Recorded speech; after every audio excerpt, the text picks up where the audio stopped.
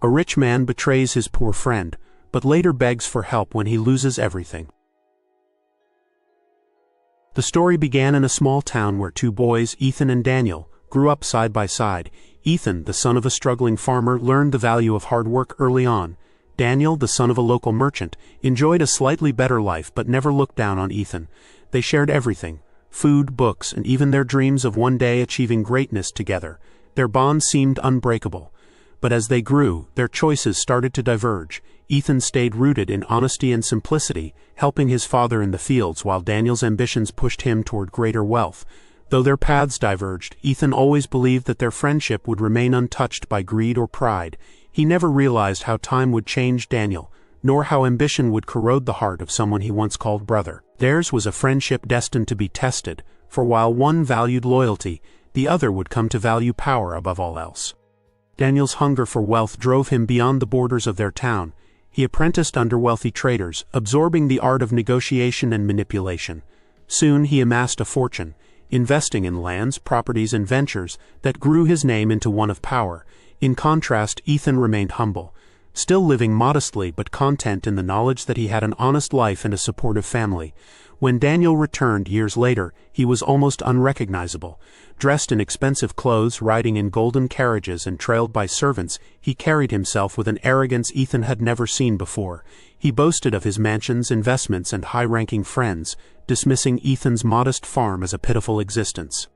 Ethan felt the sting of his words, but he swallowed his pride. Instead of anger, he welcomed Daniel back with warmth, hoping some part of their childhood bond remained alive.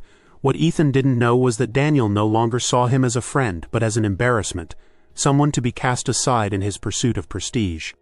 Daniel's betrayal came slowly, like shadows creeping into daylight. At first, he asked Ethan for help, presenting opportunities disguised as favors. "Invest in this land," he said, promising prosperity. Trusting his old friend, Ethan borrowed money and gave it to Daniel. But months later, the land was seized under Daniel's name alone, leaving Ethan in debt. When Ethan confronted him, Daniel brushed it off. "You were too naive, Ethan. Business is about strength, not sentiment." His cold smile shattered Ethan's last illusions about their friendship.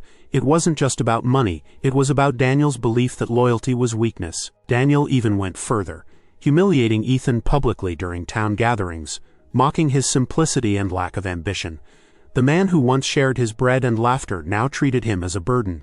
Ethan endured the humiliation in silence, but deep inside, he knew betrayal had poisoned the very roots of their bond.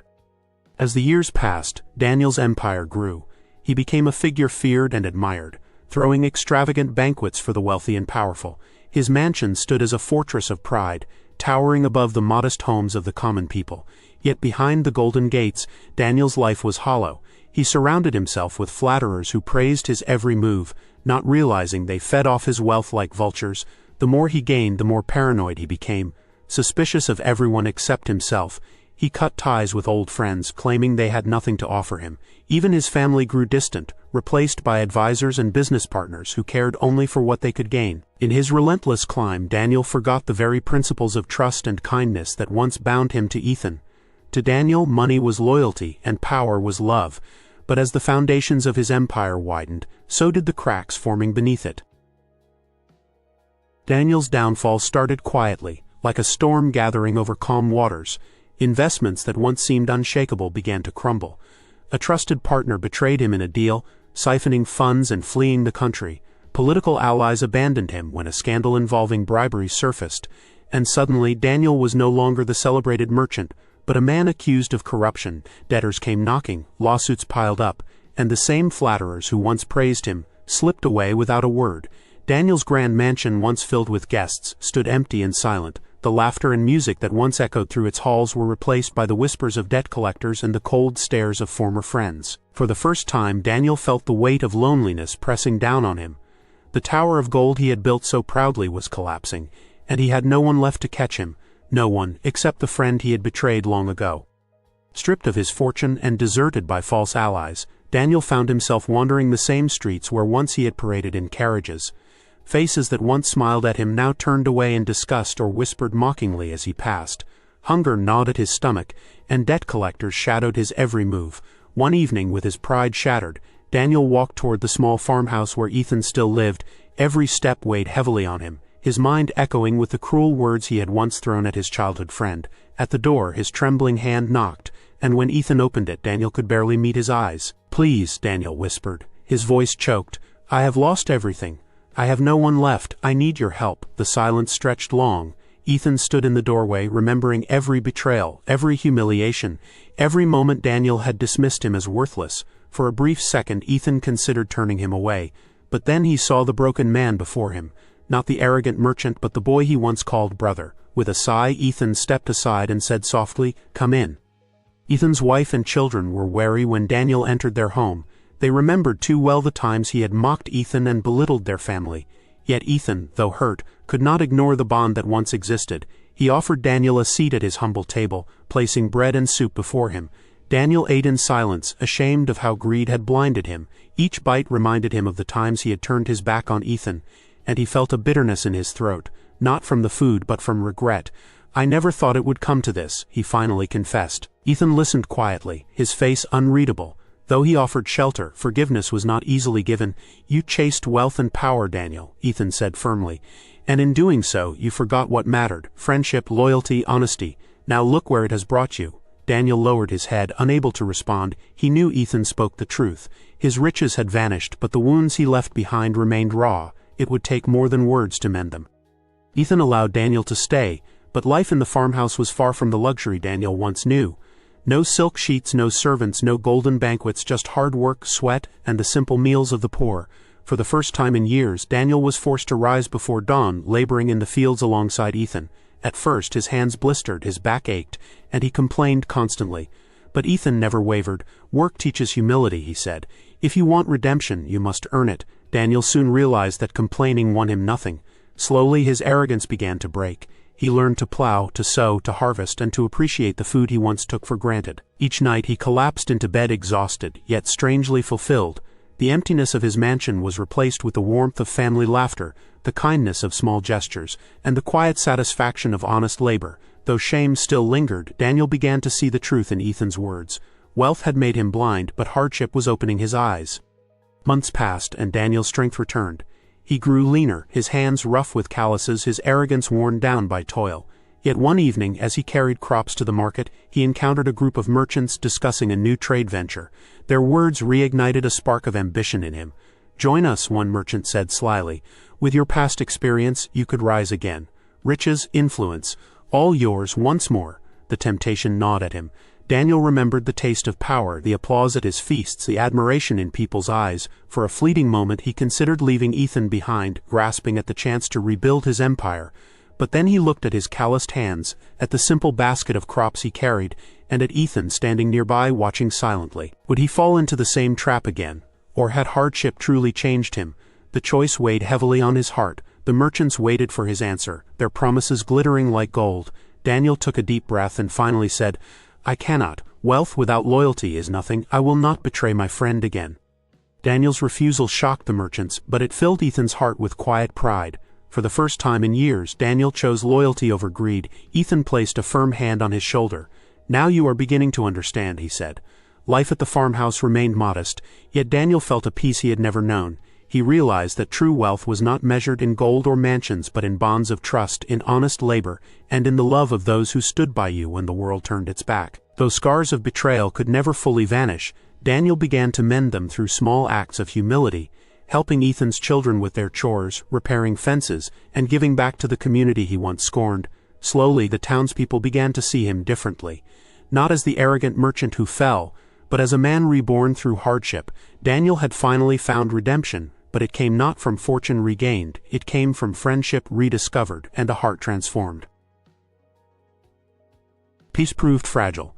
Though Daniel kept his head down, the town's memory was long and its gossip tireless. In the market, whispers coiled between stalls like smoke. "He'll use Ethan again." "A wolf in plain clothes." Children parroted their parents' scorn, tossing pebbles as Daniel carried sacks of grain. He did not retaliate. He nodded, adjusted the load, and kept walking. Ethan watched this slow erosion of dignity with a stern, quiet grief.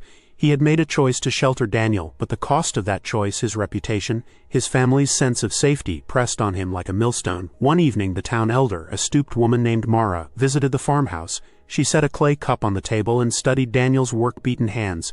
"There are debts that coin cannot pay," she said. "If you want the town to believe, show it proof they cannot deny." Daniel lay awake that night, listening to the roof beams creak with the wind. He thought of the ledger he had once kept, a ruthless testament of favors owed, bribes paid, names purchased. That ledger had been the spine of his false kingdom.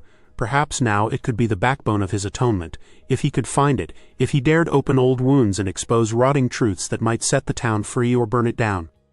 At dawn, Daniel returned to the ruins of his former life. The shuttered office with shattered panes, the warehouse collapsed into a ribcage of charred beams. Under a warped desk, his fingers found a metal box, rusted but stubbornly shut. He pried at it with a bent nail, until it yielded a reluctant groan. Inside, wrapped in oilcloth, lay the ledger. Its spine was cracked, its pages smelled of smoke and old secrets. He carried it back to Ethan's kitchen and began to read. The ink told a cold chronicle.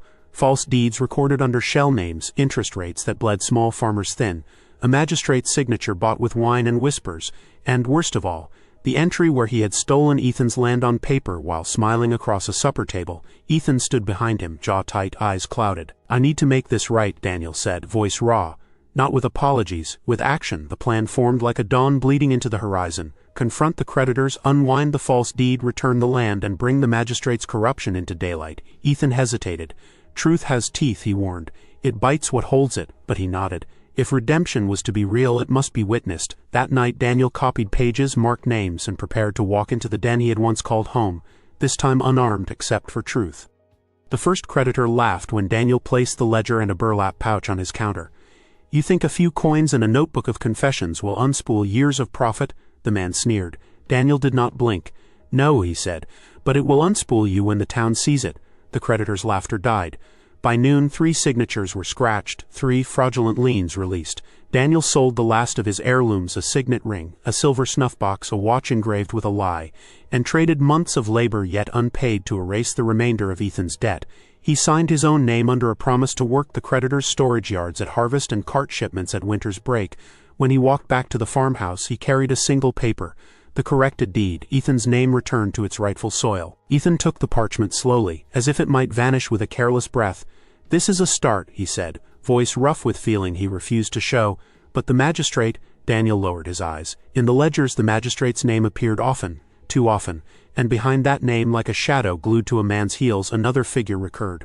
Voss, a former partner whose ambitions were knives wrapped in velvet. If truth had teeth, Voss would make sure it tasted blood before it saw daylight. The warning came as a hiss through the hedge. "They're coming." Ethan barely had time to shepherd his children to the root cellar before torchlight bloomed along the fence like malignant flowers. Figures vaulted the gate. Oil splashed. The barn caught first, exhaling a pillar of flame.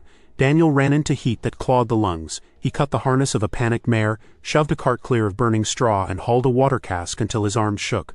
A man in a hood swung a club. Daniel ducked and felt the wind of it graze his ear. He grappled, teeth clenched, and drove the man back into the trough. Another came from behind, this one fast, precise. "Voss sends regards," the attacker whispered, and slashed. Pain flared along Daniel's shoulder. He staggered but did not yield. Ethan emerged with a blanket soaked from the well, and smothered a tongue of fire licking toward the house eaves. Together they fought, one with water, one with will, until neighbors roused by the glow arrived with buckets. The attackers fled into the hedgerows, leaving only embers and a sky scratched black. When the flames were finally tamed, Daniel stood shaking, smoke-streaked, a makeshift bandage pressed to his shoulder. "This isn't a warning," Ethan said grimly. "It's a promise." Daniel looked toward town where the magistrate's roofline crouched against the night. "Then we answer it at noon," he said, in public. Word spread like sparks on dry straw. A reading in the square, papers to be shown, names to be named. By noon a crowd ringed the fountain. Hawkers forgot their cries. Children clutched their mothers' skirts. The magistrate took the steps with oily calm, Voss a few paces behind, smiling like a blade. "Baseless slander," the magistrate announced before a word had been read. "The ravings of a ruined man." Daniel did not look at him. He opened the ledger and began to speak. He read dates, sums, parcels, the very figures that had strangled families. He read the line that stole Ethan's land while a feast was laid. And for the first time the square was truly silent. Ethan stepped forward then, lifted the corrected deed, and said, "He stole this, and now he returns it." Murmurs swelled. A cartwright shouted that his brother's vineyard had been claimed by a phantom company. There it was in the ledger, a ghost given ink by the magistrate's seal. Mara, the elder, pushed to the steps and tapped the seal with her cane. "This town is not your ledger," she told the magistrate, "and justice is not your pen." Voss lunged for the book. Daniel snapped it shut and held it high. "You want it? take it before all these witnesses," Voss faltered. The crowd had gathered close, their faces hard with a new and dangerous clarity. The constable, late to courage but not to duty, stepped forward. "We will hold the ledger," he said, hand outstretched. "And we will hold a hearing." The square exhaled relief, fear, and the first inhale of change. The constable kept his word. Within a week, the ledger was presented at a town hearing. People crowded every corner of the hall. Farmers with calloused hands, widows clutching faded receipts, and merchants tired of bribes. Ethan sat quietly in the back, his presence steady, while Daniel stood at the front, facing the men he had once called allies. The magistrate, pale and sweating, denied everything. Lies, forged papers, desperate ploys by beggars and traitors. But when witnesses rose, farmers recalling their lost lands, a clerk admitting he had copied false signatures at Voss's order, the magistrate's denials unraveled. Finally, Voss was called. His charm cracked under questioning, his smooth voice growing jagged as he realized the tide had turned. When the constable produced the ledger pages with his name scrawled beside bribes and threats, silence fell. He tried to flee but was seized by townsfolk at the door. The magistrate and Voss were led away in chains, their protests echoing through the hall. For the first time in years, justice had been seen, not bought. Daniel lowered his head, relief mingled with exhaustion. His sins could not be erased, but perhaps they had paved a road others could now walk free. After the hearing, Daniel returned to the farmhouse, but the silence between him and Ethan was heavy. Ethan had witnessed Daniel's courage, yet scars of betrayal still lingered. One night by the hearth, Daniel spoke. "I do not ask you to forgive me quickly. I ask you to watch me, to judge me not by what I was but by what I become." Ethan's eyes softened, though his words remained firm. "You stole years of trust, Daniel. Trust is not given, it is earned brick by brick. If you mean what you say, then stay. Work with me, side by side, not as a debtor, not as a master, but as a brother rebuilt." So Daniel stayed. Day after day he labored in the fields, repaired barns, and helped neighbors without expectation of reward. Slowly, suspicion turned into wary acceptance, and acceptance into quiet respect. The townsfolk began to greet him with nods instead of whispers. Children who once mocked him now asked for stories of the world beyond their town. Daniel had lost gold, but he had gained something stronger, a chance to rebuild, not with coins but with deeds. The following autumn was abundant. The fields, once neglected by hardship, thrived under the sweat of two men working shoulder to shoulder. Ethan's family, who had once viewed Daniel with cold suspicion, began to smile at his clumsy jokes and thank him for his tireless efforts. Even Ethan's youngest child, who once hid whenever Daniel entered, now ran to greet him after chores. One evening, after the harvest was stored, the townsfolk gathered for a festival. Laughter filled the air, torches glowed warmly, and music danced through the night. For the first time, Daniel felt included, not as a guest of wealth, not as a figure of arrogance, but as a man among equals. During the feast, Mara raised her cup. "Once this town was bound by chains of deceit. Now it is bound by truth." She glanced at Daniel, her eyes sharp but kind. "And some chains, when broken, release more than just one man." Daniel bowed his head, overwhelmed by a sense of belonging he had never known at the height of his wealth. Redemption, he realized, was not an end but a harvest, planted by labor, watered by humility, and reaped in time.